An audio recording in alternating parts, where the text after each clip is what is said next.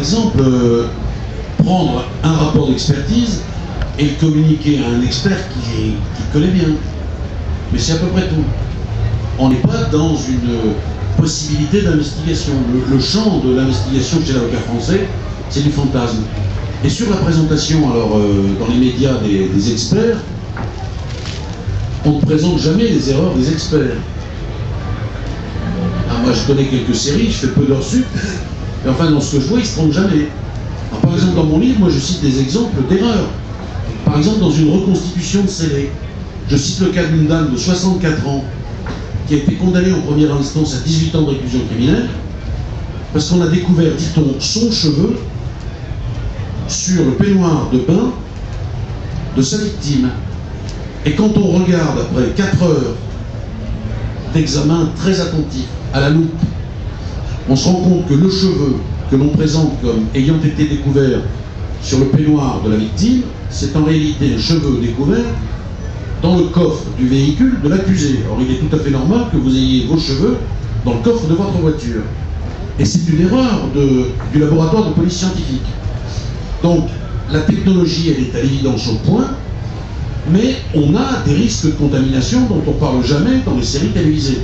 Et un dernier exemple, à Aix-en-Provence, on découvre un cadavre, autour du cou, un fil électrique, et on va extraire un ADN masculin non identifié. Et 18 mois plus tard, on va trouver, dans ce qu'on appelle le FNEG, le Fichier National des Empreintes Génétiques, qui a été créé après l'affaire... aide-moi, Jacques. Après Grégory... après l'affaire Dijon. Oui, après l'affaire Dijon, pendant l'affaire Dijon, comme le juge... Le tueur en série parisienne. Et là, la police dit bingo, on a trouvé quelqu'un dont l'ADN correspond à l'ADN non identifié à Aix-en-Provence.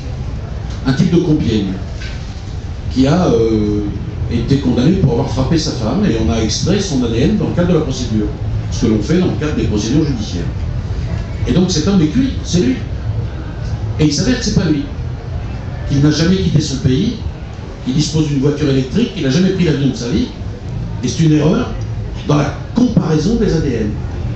Donc, technologiquement, on est au point, mais on ne peut pas exclure une erreur humaine. Et ça, les séries télévisées ne le disent jamais, parce que sinon, ça fait capoter la série, sinon vous appelez sur la 2. Oui, alors, il y a quand même, pardonne-moi de t'interrompre, mais il y a quand même autre chose aussi, c'est qu'il y a un peu une course à l'échalote entre certains criminels à cause, et les experts et la police, sur fond de police scientifique. C'est-à-dire qu'ils regardent aussi les feuilletons télévisés, mais ils sont aussi au courant de l'utilisation de l'ADN par les enquêteurs. Or, il est courant, m'ont dit à plusieurs reprises les enquêteurs de la police ou de la gendarmerie, de trouver sur une scène de hold-up, par exemple, 15 mégots de cigarettes que les voyous ont jeté au milieu de la banque, on va dire, et qu'ils ont récupéré dans un bistrot, de façon à brouiller les pistes et à envoyer les enquêteurs sur de fausses pistes. Et puis il y a également une affaire, je ne me souviens plus du contexte ni de l'époque, mais peu importe, c'est un crime horrible, et on va découvrir qu'une jeune femme qui a été violée, étranglée, torturée, l'a été par un gardien d'immeuble. Or, il y avait sur le corps de la victime un ADN, du sperme, qui n'était pas celui du gardien, mais il l'avait trouvé dans un préservatif usagé dans la poubelle de son immeuble, et il l'avait évidemment déversé sur la scène du crime.